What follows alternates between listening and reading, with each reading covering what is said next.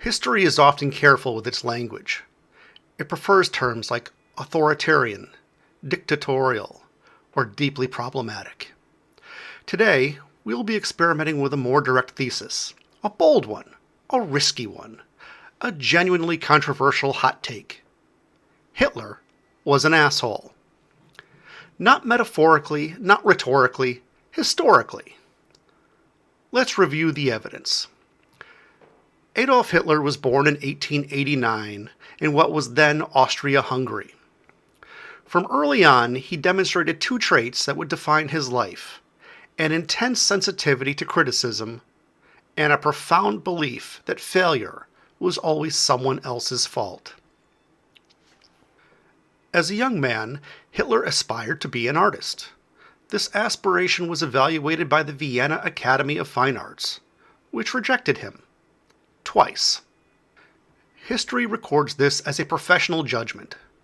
Hitler interpreted it as a civilizational betrayal. Rather than reconsidering his abilities, he instead began to resent institutions, intellectuals, and, eventually, entire ethnic groups. Fortunately today, we are so socially evolved that a modern, enormously powerful nation would never choose such a person as their leader.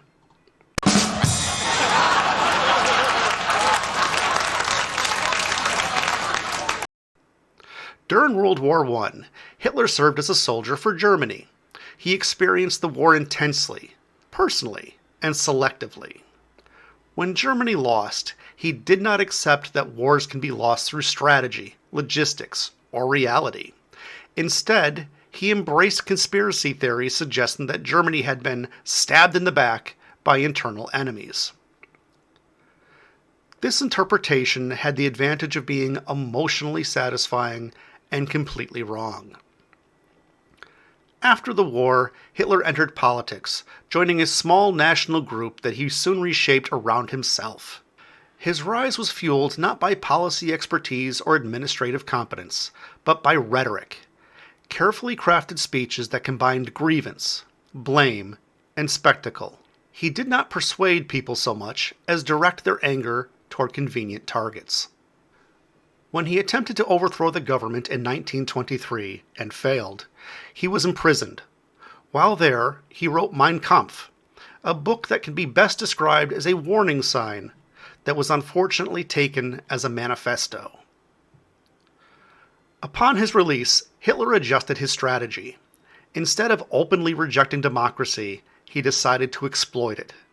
He entered government legally, was appointed chancellor in 1933, and then immediately dismantled the democratic system that had elevated him. This was not a misunderstanding. It was a plan. Using emergency powers, intimidation, and political violence, Hitler eliminated opposition parties, silenced critics, and centralized power entirely around himself. Elections continued in theory. In practice, dissent became illegal, loyalty was mandatory, fear was policy.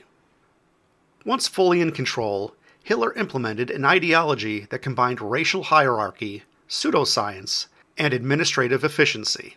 Laws were passed to strip people of rights based on religion, ethnicity, disability, or political belief.